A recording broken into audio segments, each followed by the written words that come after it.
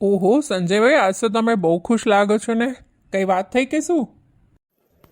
હા વાત તો છે, પણ તને કેવી રીતે કહું નથી સમજાતું. અરે કહી દો સંજયભાઈ, મારાથી શું છુપાવવાનું? ફ્રેન્ડ્સ વચ્ચે એવું હોય? પ્રોમિસ કરું છું ઓફિસમાં કોઈને પણ નહીં કહું. તો સાંભળ, કાલે છે ને મને બસમાં એક બેન મળેલા. અરે સોરી બેન નહીં, એક મહિલા હતી જે મારી બાજુમાં બેસેલી હતી. આ તો શું, હું જરા સંસ્કારી છું એટલે બેન બોલાઈ ગયું. હા તો પછી આગળ શું થયું?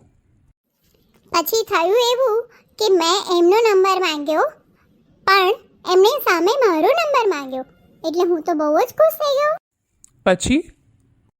પછી મેં તો ખુશ થઈને મારો નંબર એમને આપી દીધો, પણ મને એક વાત નથી સમજાતી, એમણે મને એમનો નંબર નહીં આપ્યો અને મારો નંબર કેમ લીધો હશે? સિમ્પલ સંજયભાઈ, આટલું પણ નહીં સમજા?